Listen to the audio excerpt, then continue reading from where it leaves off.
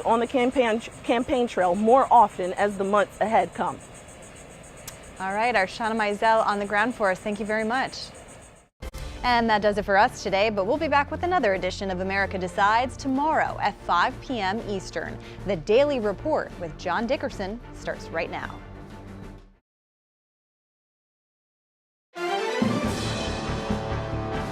Welcome to the Daily Report for July 8th, 2024. I'm John Dickerson. Joe Biden is trying to close the door on talk about making him take the exit, pointing the finger at elites in a party which gets the larger share of wealthy and well-educated voters. Meanwhile, Donald Trump is trying to stop talk in his movement by allies who say they're just answering his call. Meanwhile, amid the party positioning, reality reminds us what the presidency is all about: managing a dangerous world. Russian missiles hit a children's hospital. A U.S. citizen injured in fresh attacks on Israel. Autocrats meet in Beijing. And Tuesday, NATO meets to plan for an unpredictable world. Meanwhile, two major U.S. allies experience sweeping political change, a move to the left in France and the United Kingdom, and a change in Iran, which might be no kind of change at all. Plus, Boeing agrees to a deal with the Justice Department. There was record holiday travel and no major snafus. We'll explain why that dog didn't bark. And Hurricane Beryl rolls over the Lone Star State. And finally, why the American berry is the very berry. The Daily Report starts in a moment.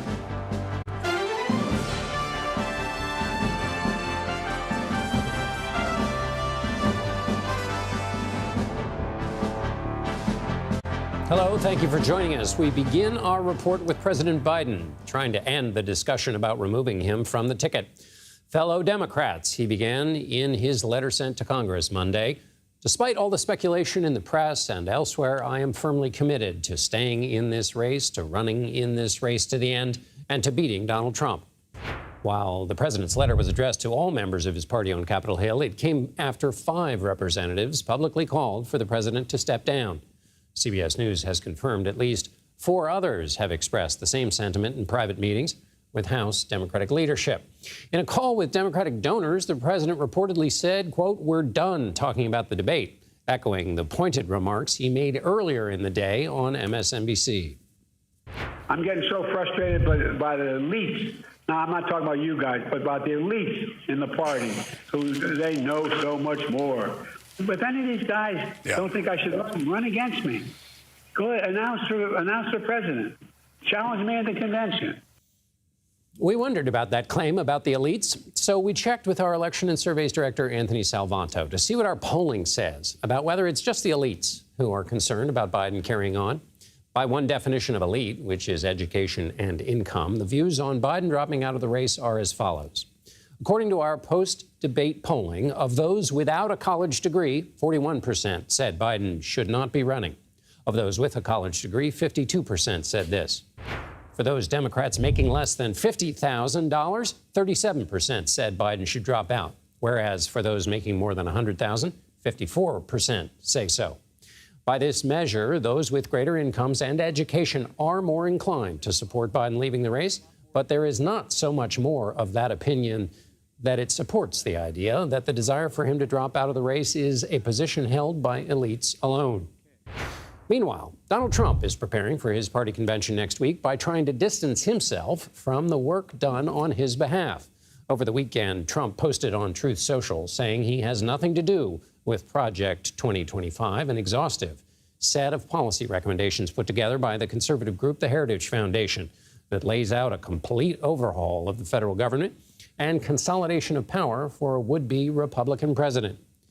To talk about both of these issues, CBS News Chief Washington Correspondent Major Garrett joins me now. Major, let's start with the president. He's saying that calls for him to drop out of the race are coming from elites. As the party that gets more votes from the wealthy and from those with higher education, is Biden showing he's a fighter at the expense of punching his own party in the nose? Yes, a little bit, John. But let's also recall something kind of important. In 2020, Joe Biden lost the Iowa caucuses, lost the New Hampshire primary, lost the Nevada caucuses, and won the South Carolina primary, at which point, what happened? The elites in the party the elites in the party, meaning grassroots organizers, but also significant institutional donors and all of the superstructure, congressmen, governors, senators, said, you know what? This looks to be Biden and Bernie Sanders. We don't want Bernie Sanders. We want Joe Biden. And that sent a signal to all the other competitors to get out of the race and make it as quickly as possible what? A contest between Biden and Bernie Sanders, which Biden won in pursuit of the nomination. The party elites made that happen, or at least significantly set that in motion. So for the president to say now, oh, these elites know nothing, well, they apparently knew something in 2020 that Joe Biden thought was worth listening to. That is a kind of reminder of this history of who the elites are and aren't, and why, after nearly 2 weeks, we're not quite at 2 weeks yet, but we're coming up on the 2-week anniversary of the debate, this conversation continues. The White House has not been able to stymie the conversation, not been able to convince House Democrats, Senate Democrats from doing what they would have preferred, which is to keep all their misgivings, all their anxieties to themselves. They are now seeping out into the public conversation. And each and every day this continues, John, is a day lost to all Democrats, but specifically President Biden, to prosecute the case against Donald Trump. And every day lost in politics can never be recovered. Before switching to this strategy of elites, the strategy was that the president was going to end skepticism by sitting for interviews and showing skills that were not in evidence in the debate. He talked to George Stephanopoulos of ABC. Is anyone in the Biden camp saying he hit it out of the park? He's done that successfully, shown his acuity, or are they saying essentially, let's just stop talking about this? Stop talking about this. And as you and I have discussed on this program before, John, the arbiter of all this is the President of the United States. He's the one who's deciding whether or not he gets a passing or A grade. And the president believes he always, since the debate, has gotten an A grade or something that is far beyond passing. And he's the only one who needs to be satisfied. Whether other Democrats are satisfied or not does not appear to be of interest to him, because he knows, as he said on Morning Joe on MSNBC this morning, run against me. He has twice as many delegates as he needs. The rules are decidedly in his favor. And unless you are willing to say, I submit my name in nomination to challenge President Biden, going on cable television, sending out press releases, or granting cable television interviews doesn't get you very far. Let's turn to Donald Trump. Why is he distancing himself from Project 2025? And for those who have no idea what that is, tell us what it is. Project 2025 is a 900-page, at least at current writing, manifesto for the next conservative presidency in America. It is built for and created to assist Donald Trump, though that is not the explicit orientation. Many of the most important people leading Project 2025 served in the first Trump administration, would plan to serve in the next one, should there be one. And so the orientation of Project 2025 is to give an incoming President Trump for his second term that which he lacked in the first one.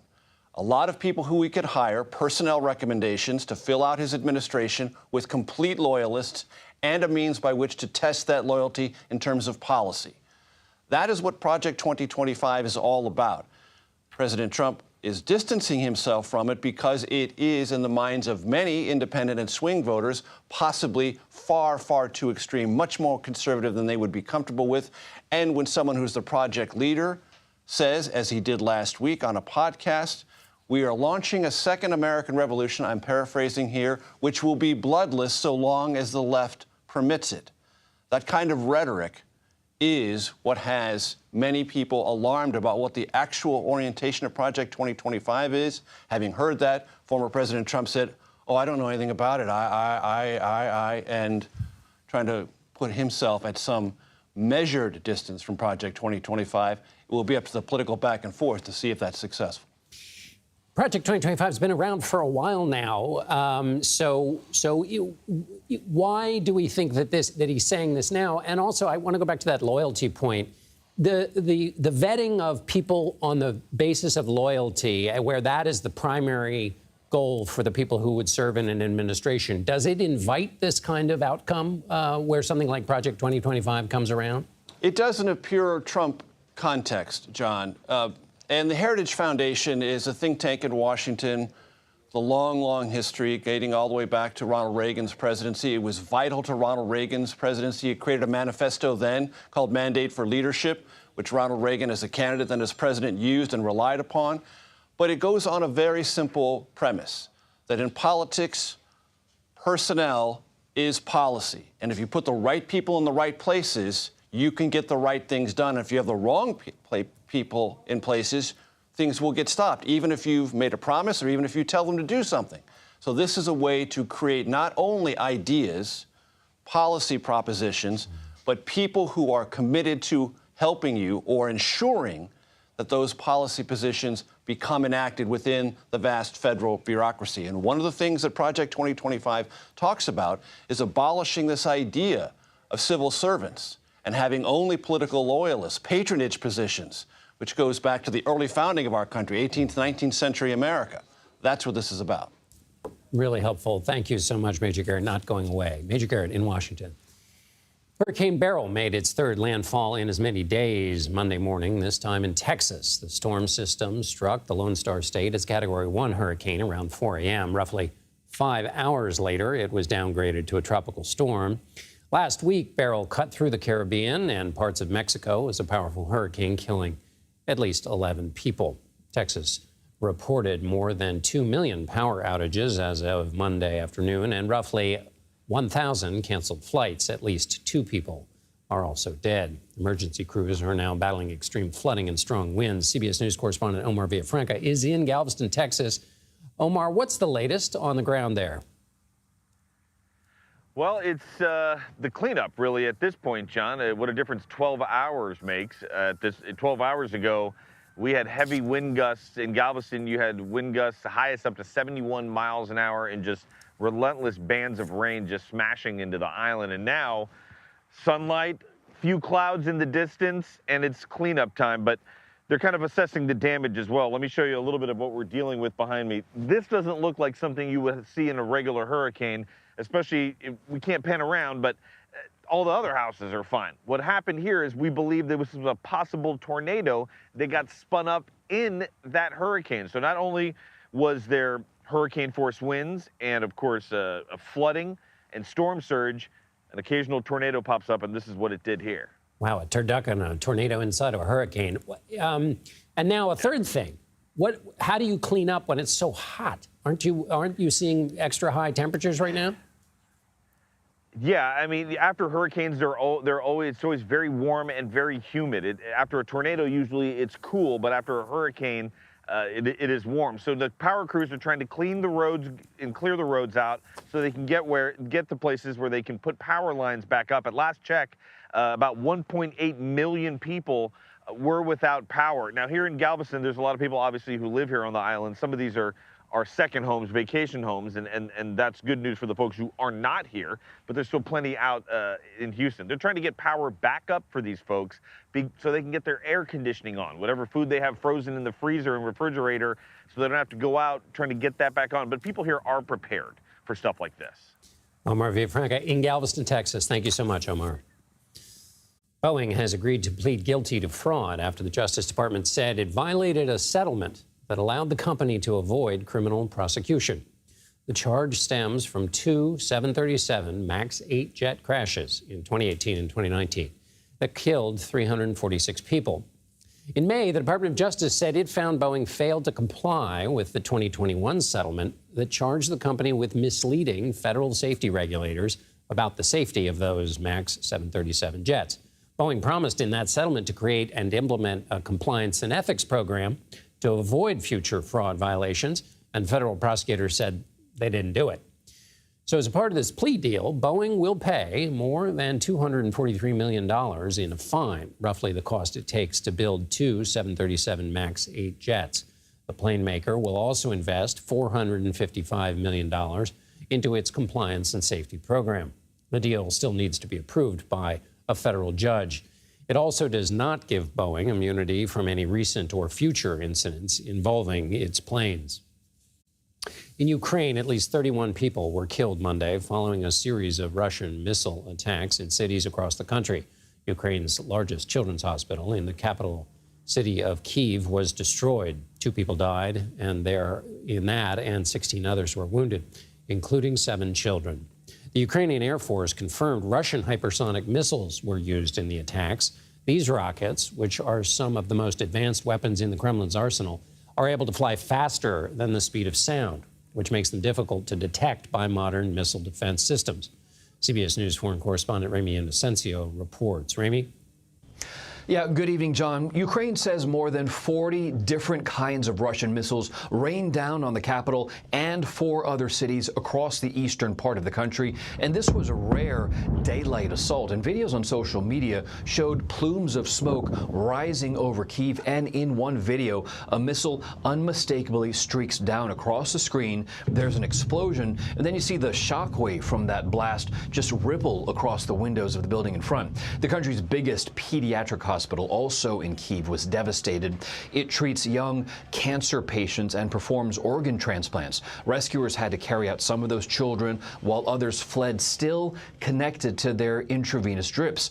Ukraine's President Volodymyr Zelensky, who was visiting neighboring Poland, said that beyond any doubt, we are going to answer these savages from Russia. But Moscow has denied that it targeted that hospital, but Ukraine said that it did find remnants of a Russian cruise missile. Russian missiles also hit President Zelensky's hometown of Kryvyi Rih, where nearly a dozen people were killed there, along with the cities of Dnipro, Slovyansk, and Kramatorsk, those near the front lines. And these attacks come just one day before Zelensky is scheduled to fly to Washington to meet NATO leaders to talk about how to strengthen the country's air defenses. John. Remy Inocencio in London. Thank you, Remy. Still to come, the top U.S. officials arrive in Cairo to discuss a ceasefire hostage deal between Israel and Hamas, where negotiations stand, and a look at some of the destruction in the city of Rafah. Plus, France's left wing makes a surprising surge in weekend elections. We'll look at where this leaves the French parliament and what happened to the surging forces on the right. You're streaming the Daily Report.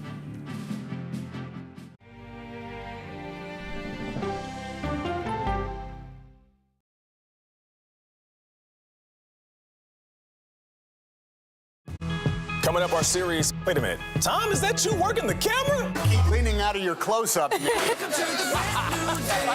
Your morning routine just got better. CBS Mornings, weekdays at 7.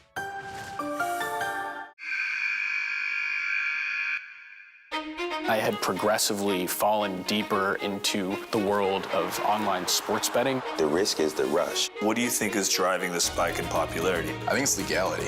If it's legal, I'm going to use it. There are ways to bet when you are 18. We've created an epidemic of child gambling. You can't walk into a male dormitory in a college campus without sports betting happening. It's America's most neglected problem. I use sports betting as a way to escape, when in reality, I'm choosing self-destruction. Whatever I had left, it was gone. The purpose of the industry is to get you to play to extinction. And that means until all your money is gone. Go to the ends of the earth. Reach for the stars. Yeah, I just took off. That kind of thing. Oh, that's pretty good. Because there's always something new under the sun on CBS Sunday morning. An original documentary from CBS reports. That desired farm is a wonderful place to raise children, and it still is. Promises broken. Black Americans have been the target of racism and discrimination pretty much from the time they acquired ownership in the land. Costing black farmers hundreds of billions in generational wealth. They did everything to make sure we were run off that land. But communities are uniting to continue the fight. Collective ownership is powerful. To keep their land and their dreams alive. To watch my children play on land that we own means everything. So land is power. Most definitely. 40 Acres and a Mule, now streaming on the free CBS News app. People with developmental disabilities were once sequestered by the hundreds of thousands in institutions. Many of our fellow citizens are suffering tremendously because lack of attention, lack of imagination, lack of adequate manpower. Disability activists have since torn down barriers blocking them from living at home or in the community. We conclude that Title II of the ADA requires states to provide community-based treatment for persons with mental disabilities But of the 16,000 people who remain in state-operated institutions, half are in 5 states, and Illinois is one of them. I don't want to live in the institution. It makes me feel discriminated against. Do you think there are people living in institutions in Illinois that don't need to be living there? Yeah, because they're proving it as soon as they get out.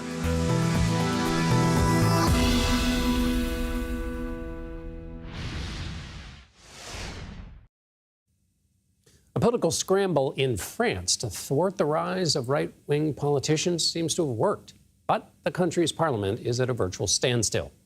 Last week, after the first round of voting, the far-right National Rally appeared headed for a possible majority.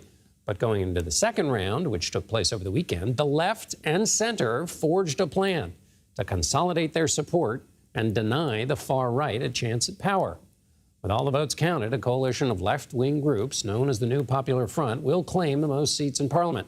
The centrist coalition of President Emmanuel Macron came in second, and the far-right party came in third. No group has enough for a governing majority. Angela Charlton joins me now from Paris. She's the Western Europe news director for the Associated Press. Thank you so much for being with us. Last week, the far-right was in the lead. What happened?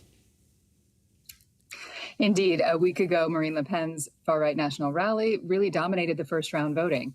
But then this left-wing alliance came together really at the last minute. It was just a week before the 2 rounds, and they won the most seats in the runoff, which was a surprise to many people, including in that left-wing party. And then they were followed by Macron's centrist and then the far-right in third place. As you mentioned, this means no one has a majority, which is an unprecedented situation in France. So Macron will likely try to build a coalition or an alliance of some kind with left-wing, moderate left-wing candidates. But it will be a challenge, given that no party has a clear majority and many people do not like Macron. And this was because largely of this strategic voting that you mentioned. It's something that France has seen before, but many people thought would no longer happen. It's called a Republican front here, when voters elsewhere on the spectrum all come together to keep the far right from power, sometimes voting for candidates whose views they don't necessarily like, just to keep the far right from power. It's such a fascinating collective action move, because often in other political systems, maybe even in the United States, people moan that people might have a viewpoint, but they can never actually move quickly. This seems like an affirmation of Macron's decision to call the snap election. Is that a fair way to read it, or is it more subtle than that? It's more complicated than that. You know, where on the one hand, okay, a week ago, we thought Macron was going to be wiped out and we'd have the first far-right government in France since the Nazi occupation in World War II. That's obviously not where we are today. But if you take a broader look, I mean, Macron's party lost dozens of seats in parliament. Marine Le Pen's National Rally gained dozens of seats in parliament. And Macron is really weaker than he's ever been as president. He's heading to NATO this week for a summit, for example, where he is domestically very weakened. So we're looking at a complicated situation here. And some of this, too, I think for voters, really people looked at this prospect of this far-right government and really weren't ready ultimately to hand that much power to the National Rally, the far right of Marine Le Pen. And so, Angela, there is ferment, obviously, even by French standards, to get something done on a set of policy issues. Is there one or two particular ones that are important and that will now presumably be harder to address because of the coalition will be a little bit messier? Or maybe there's some way in which this new coalition can actually address those issues? I think we're looking right at the moment at a bit of a deadlock, a hung parliament. And what that means right now is ultimately status quo for the moment. But going forward, there's not much that Macron or France really can do. So you've got these parties with very different views, notably on questions of taxes or the minimum wage, which the left-wing coalition wants to raise. Also on Ukraine, that had been more of a concern with the far right. But it just means that Macron really can't go forward with a lot of things for now. He has His prime minister tried to resign. Macron said no, stick around for a little while, notably because France is about to host the Olympics. So I think we're probably going to have just a caretaker government for the coming weeks until they can try to build some kind of new alliance. And then we'll see if they can move forward really with any policies that have any real impact on France or internationally. Angela Charlton with the Associated Press, thank you so much for being with us. Major change in the UK's leadership came with a smooth and swift transfer of power. One day after the country's July 4th election, Labour Party leader Keir Starmer was sworn in as the 58th Prime Minister. Now our country has voted decisively for change, for national renewal, and a return of politics to public service. A decisive vote it was. The left-leaning Labour Party won a majority for the first time in 14 years. It now holds 63% of the seats in Parliament, gaining more than 200 since the last election in 2019. The group's success came at the cost of the downfall of the former Prime Minister, Rishi Sunak's Conservative Party, which lost roughly 250 parliamentary seats, and the far-right Reform Party won 5 seats, its first electoral win since forming 6 years ago. Prime Minister Starmer wasted no time making history. He's appointed a record 11 women to cabinet positions, including the first-ever women Treasury chief. On day 2 in office, Starmer said Sunak's immigration program to deport migrants to Rwanda was, quote, dead and buried. Immigration and the economy were 2 of the top issues during the election. Another major change to British politics. Larry, the tabby cat living at 10 Downing Street, is getting a new housemate. This is the 6th Prime Minister to move into his home in 13 years, but that's not all. Larry will now have to put up with another purring politician, Prime Minister Starmer's cat that he brings with him. The cat's name is Jojo. Coming up, a heart surgeon is now Iran's next president. How reformist Masoud Pezeshkian was able to beat his ultra-conservative opponent, and what this means for the future of Iran. You're streaming the Daily Report.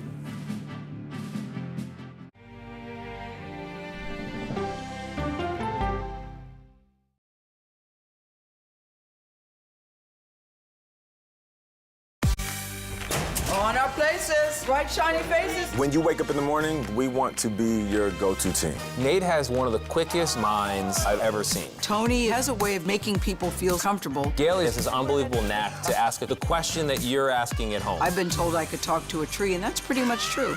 I don't go to work in the morning. I go for coffee with my 2 good friends, and we talk about the world. Your morning routine just got better. CBS Mornings, weekdays at 7. It didn't seem like anything could happen, because nothing ever happens in East Palestine, but it did. Authorities released toxic fumes from 5 derailed train cars. Resident, please evacuate. Acute bronchitis due to chemical fumes. Did you ever have these problems before the derailment? No, ma'am. This neighborhood's not safe no more. We can assure the community that there's not vinyl chloride entering their communities. Then why are there so many people feeling these various symptoms of bloody noses or difficulty breathing, bronchitis? That's a hard question to answer. We're talking about one of the most blatant releases of a mixture of some of the most toxic chemicals that we've seen in America. I feel like now I have a duty to warn other communities. If my daughter has to watch me die of cancer, at least it saves someone else.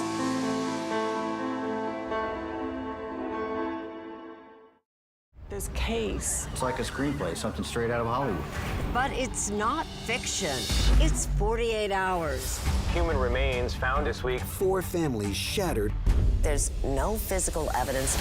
The mystery would haunt investigators for years. There's some questions that have to be asked and need to be answered. Like a John Grisham novel. A gripping true crime original. 48 hours. Now streaming on the free CBS News app.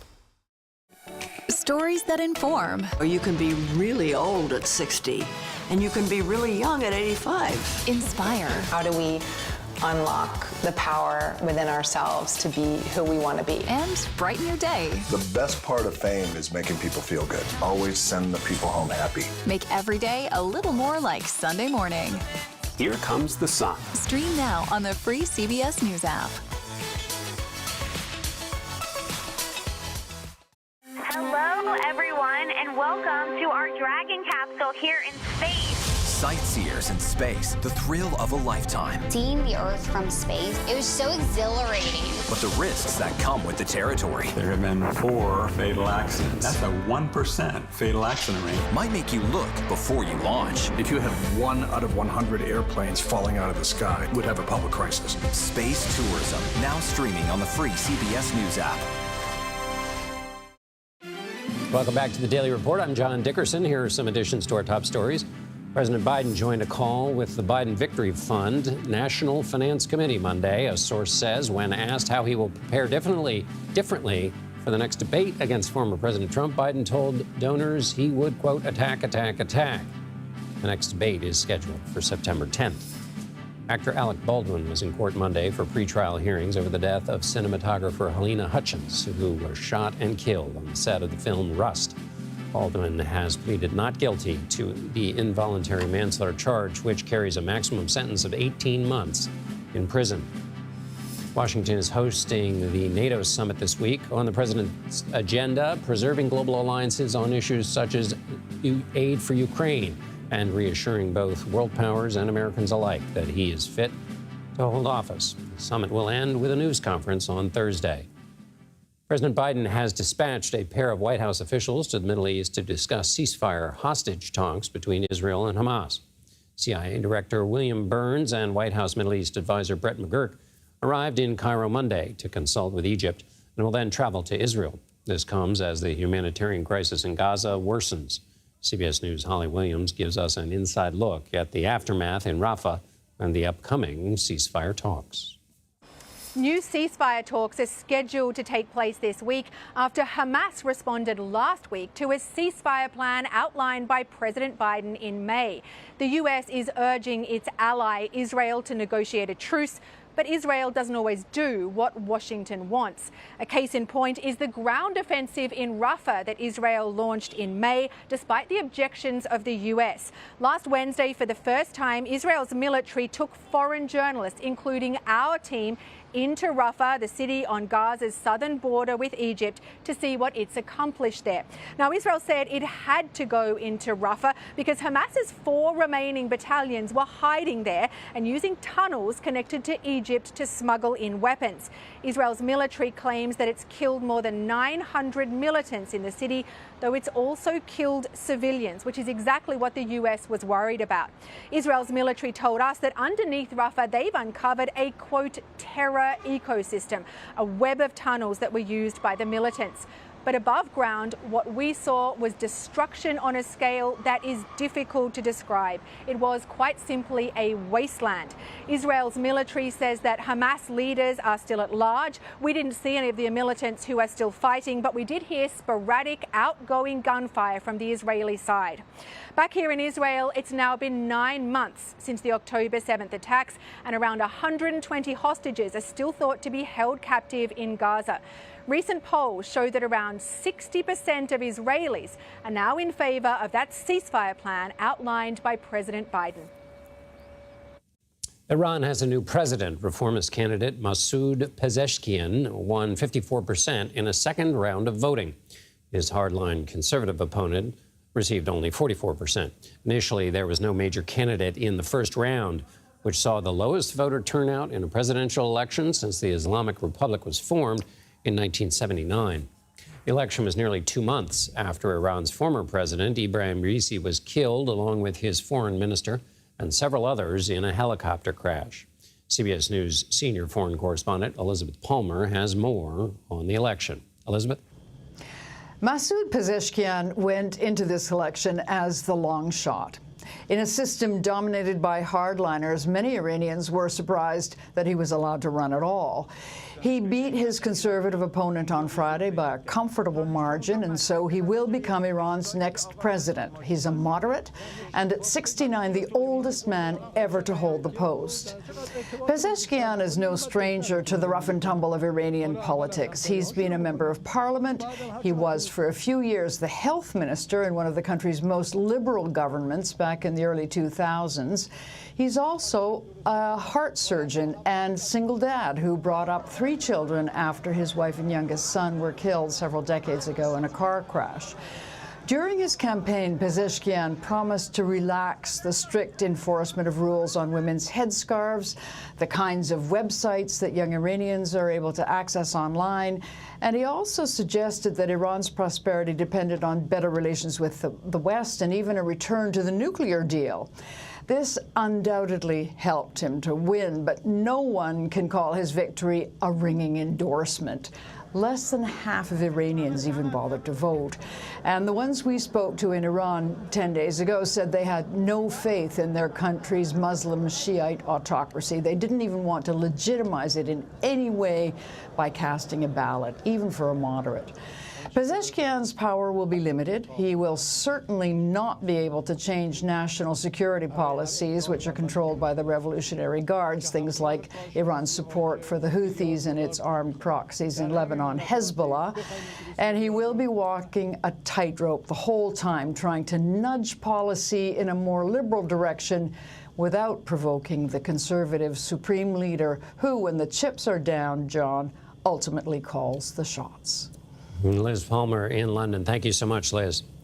For more on this, let's bring in Eric Loeb. He's an associate professor in the Department of Politics and International Relations at Florida International University. Eric is also a non-resident scholar with the Middle East Institute's Iran program. Thanks so much for being with us, Eric. The U.S. State Department acknowledged Pezeshkian's win, but also added the election was not free and fair. Help us understand how it wasn't free and fair to understand his election. Well, Iranian elections are never fully free and fair with the intervention of the Guardian Council, which is a 12-member council that's appointed by the supreme leader and the chief justice of the country. And so prior to the election, as is always done, there was a vetting process conducted by the Guardian Council where multiple candidates were disqualified. And then the field was set between 6 candidates, 5 of which were different shades of hardline and conservative. And then you had, which was, again, a surprise and something that was unexpected, where you had a reformist, Masoud Pezeshkian, who was able to slip in there as a 6th candidate leading into the election. I think I'd like to get your take on where you think the Iranian populace stands. In 2022, we saw considerable unrest in Iran over the death of Mahsa Amini at the hands of the morality police. Last year, there was an uprising following the executions of several men. So, you know, in America, where elections are a place for the populace to speak its voice, how should we understand the level of Iranian popular sentiment outside of this electoral context?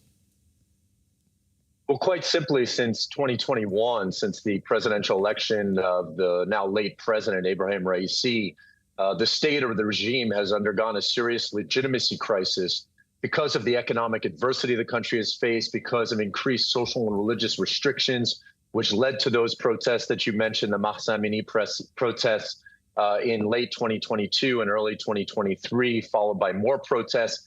And so, as we've seen with even these elections and the low voter turnout since 2021, in the area of 40% or so, where this regime or state used to boast about voter turnout being in 60, 70%, this is a clear signal from Iranian voters and citizens and the population at large that they're just giving up on the ballot box as a means of achieving any sort of change within the state and within society. The president-elect has been a proponent at some level of restarting talks, nuclear talks with the West. Remind us of where the Iranian nuclear program kind of stands now, and how we should evaluate that idea of restarting those talks. Well, as of now, the Iranian program has been increasing levels of uranium enrichment anywhere between 60 and 8%, increased stockpiles where there's estimates by national intelligence agencies and even international ones that they're just days or even weeks away from producing several weapons. But Iran has not fully weaponized that program. And so there's still a window here, as narrow as it may be or as slim as it may be, for some engagement between the West and between a reformist politician and even the wider regime, if conservatives and hardliners will allow for it, to engage on this issue and to try to scale back, as was once done in 2015, Iran's nuclear program in exchange for economic sanctions relief. And is that the motivation, Professor, that basically the sanctions have worked at some level? Or in other words, Iranian life is so hemmed in by those that that's the incentive for negotiation on the part of Iran? It is. There's a linkage here. When you look at the campaign and even debate statements by Pezeshkian, he's created this linkage between the economic adversity that Iranians face, for example, high inflation, currency devaluation, and these persistence of U.S. sanctions, particularly since 2008 and the U.S. maximum pressure campaign. And so, as Rouhani had done during his presidency 2 presidencies ago, there may be a sliver of hope that if there can be a deal that's reached that died in the water in the spring of 2023, that perhaps there can be some sanctions relief and some economic amelioration in Iran in exchange for a scaling back of those nuclear activities. Professor Eric Loeb, thank you so much, Eric. Thank you. Now to a digest of some other foreign news. India's Prime Minister Narendra Modi kicked off a 2-day visit to Moscow Monday. He is set to have dinner with Russian President Vladimir Putin before holding formal talks at the Kremlin Tuesday. Modi says he is looking forward to deepening the strategic partnership between the two nations. This is his first visit to Russia since Putin launched his full-scale invasion of Ukraine in 2022. 3,600 miles east of Moscow, Hungarian Prime Minister Viktor Orban is meeting with Chinese President Xi Jinping. The visit comes 1 week after Orban's trip to Russia. Orban says part of the reason for going to Beijing is because he sees China as a, quote, key power in ending the war in Ukraine.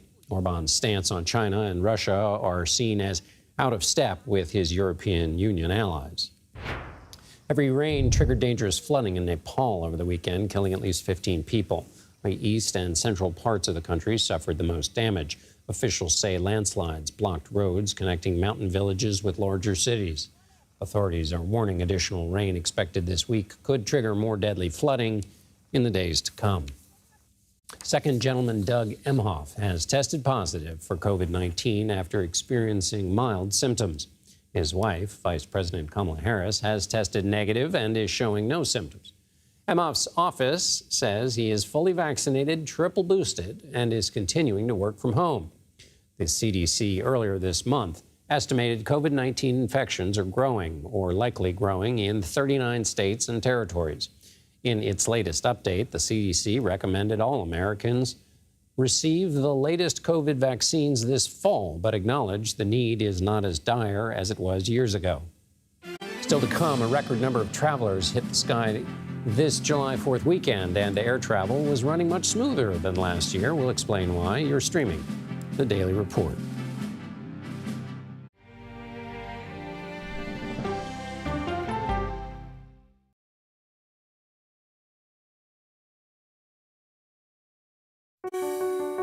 Washington is the seat of power. National security, foreign policy, global economics, every story comes through Washington in some way. We bring some of the most powerful voices in America to the table.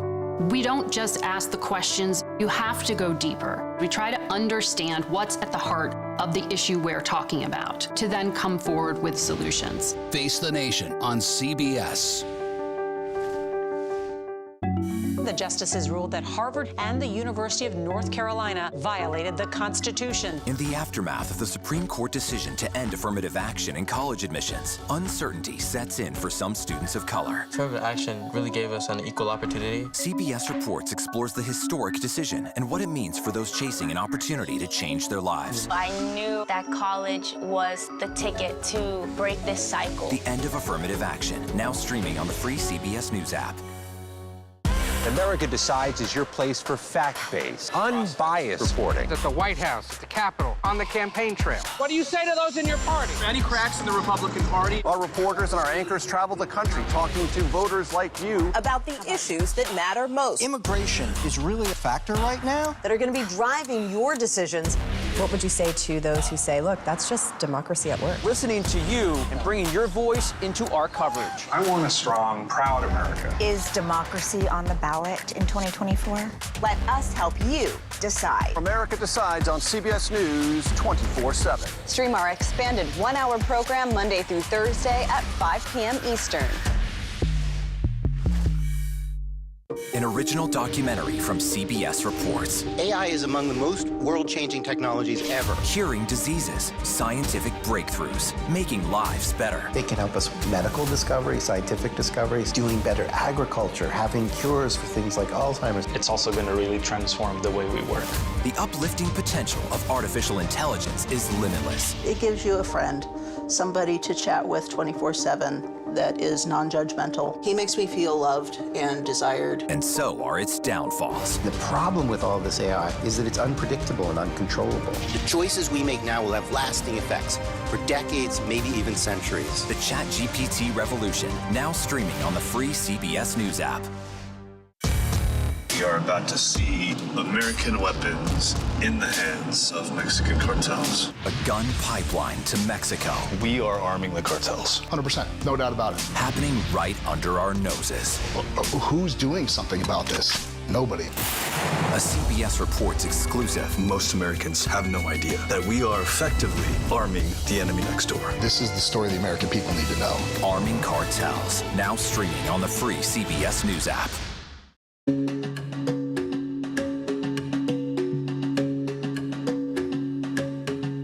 The U.S. has set a new record for the number of air travelers screened at airports nationwide in a single day. More than 3 million people passed through airport security on Sunday. That's the highest number ever in TSA history and up 14% from the same day a year earlier.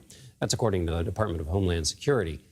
TSA agents checked 35 passengers and their luggage every second. The number has now surpassed the previous record of 2.99 million passengers set on June 23rd of this year. Some of the busiest air travel days on record have happened in recent weeks. TSA says 9 of its 10 busiest travel days ever happened this year. Allison Poley joins me for more. She's a reporter covering travel for the Wall Street Journal. Allison, usually my job is to talk about, oh my God, it's terrible and people are delayed and it's miserable and here are pictures of people sleeping on airport seats. But it's turned out okay. Who's doing the good work here? TSA, the FAA, airlines? Why did it go so well? Well, we have to give some credit to the airlines. For as much as we complain about them, we have to give credit where credit is due. This summer, they've been managing their schedules a lot better. So they've better planned for their staffing levels, which has prevented a lot of the cancellations and delays that we've seen in previous summers. Also, TSA has done a great job of screening this record number of passengers that we've seen in recent months. Is it because the airlines are doing this out of the goodness of their heart, or has there been pressure from the transportation department or just public outrage that has gotten them to make some of these changes? There has been a lot of public pressure and governmental pressure as well. So we've seen the transportation department impose a lot of new regulations for airlines. So that includes new consumer protections. They're proposing different refunds that passengers might get if their flights are delayed. But we've also seen a lot of public pressure in terms of the way that airlines were running. We've all seen those videos on social media of people sleeping at the airport, like you mentioned, long lines to talk to somebody if your flight is delayed. That doesn't make people want to travel, especially when flight prices are high. So the airlines have really needed to get their act together, which we've seen the results of this summer. And Allison, what do you make of the fact that some of the busiest travel days of this year are not holidays, June 9th, June 14th, and June 23rd. What's going on with people? So some of these days have been near holidays. So we saw the busiest day ever on July 7th. That was near the 4th of July holiday. June 23rd was the busiest day before that. That was near the Juneteenth federal holiday that a lot of people had off of work. But we're also seeing a lot of people travel because of the strong dollar. It's a great time to be an American going abroad. They're seeing their dollar go farther in places like Japan, so they're taking advantage of flights. And in general, the cost of flights are down compared to a year prior. So again, it might not seem like it. Flights are still expensive, but they are not as expensive as they were last year. Is there any change in the way people travel? And I'm sort of riffing here, but it's based on conversations I've had with people that because remote work is more accepted in the post-COVID age, that people are basically leaving for their holidays early, landing somewhere, working for a day or two, and then having their vacation, which spreads out the travel. Is that happening, or is there any evidence for that? It is happening. And so that's why you see some busy days on Thursdays, for example, or Monday has become a much busier day to travel. So you're seeing those peak times spread out, and the busyness is happening because there is more remote work accepted. But on the flip side, a lot of offices have started to reinstate their return to office policy, which means sometimes those long weekend trips that people did earlier in the pandemic are a lot harder to pull off now. Allison Poley with the Wall Street Journal. Thank you so much. Thanks for having me. While some wild animals might seem cute and cuddly, advocates say extended human interaction could be harmful, as is true with humans. Coming up, we'll dive into why an Australian animal sanctuary is no longer allowing guests to get up close and personal with koalas. You're streaming The Daily Report.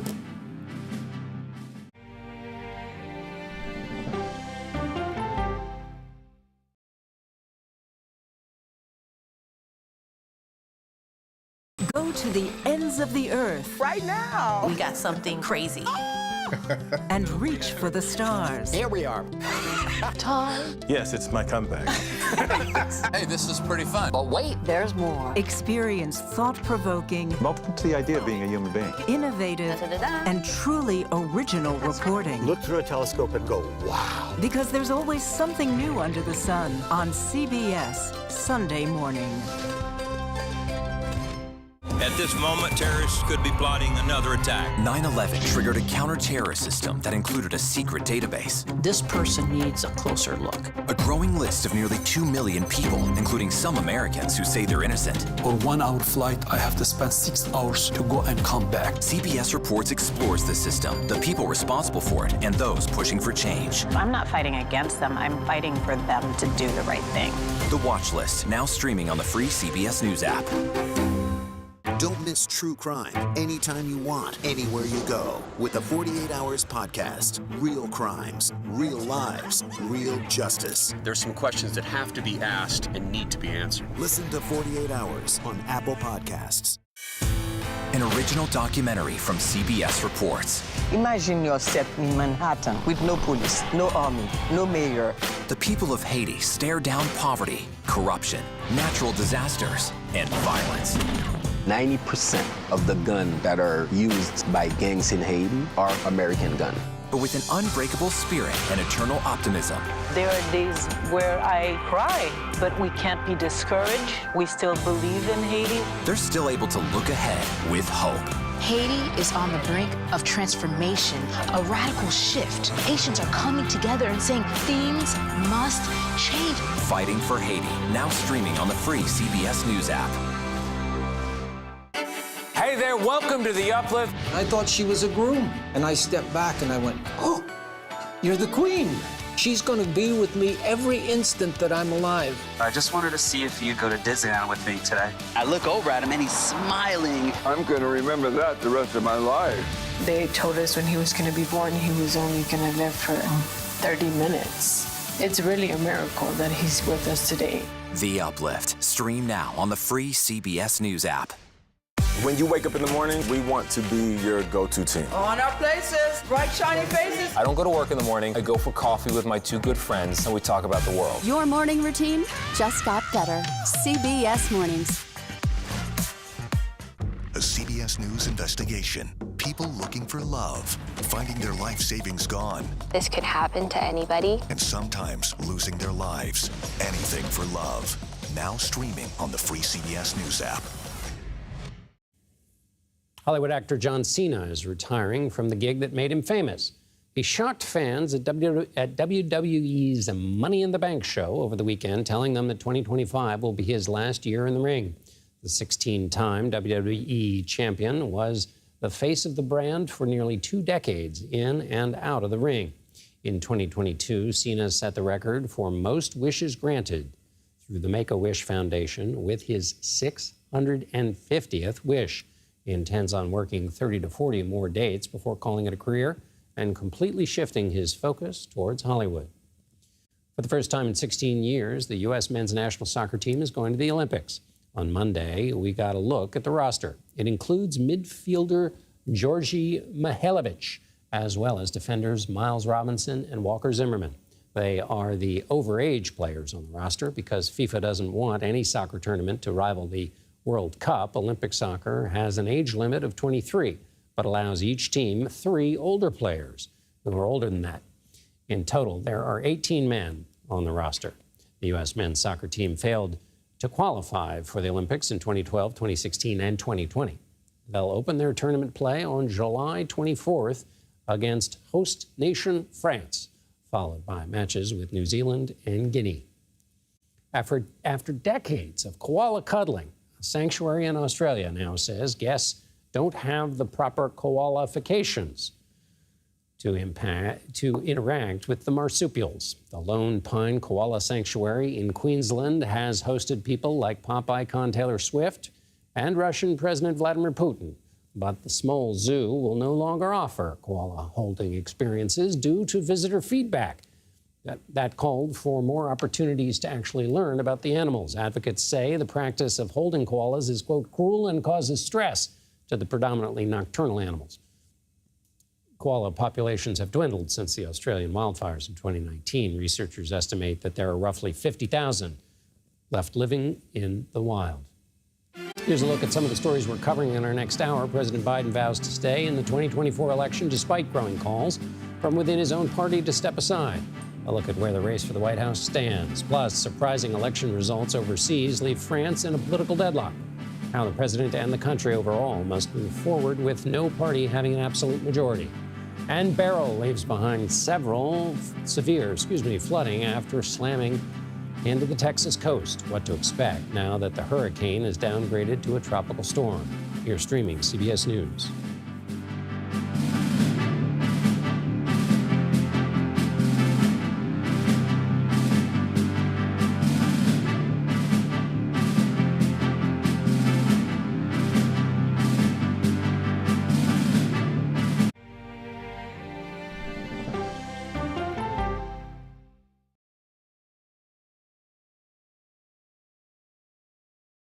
Okay, so let's just start at the beginning. Well, let me start with this. What is at stake here? What is the answer then? Do you know why? You want me to just keep going? Is that a good thing or a bad thing? Were there death threats? How is this possible? What's wrong with that argument? Are you saying they lied? Have you told the government that? Why won't you say the word crisis? You're not answering my question. Is that scary? Does that make sense? What do you mean? What does that mean? Did any of that make sense? What's your response? What happened? Why? It's time for the CBS News Original 60 Minutes, Sunday on CBS and streaming.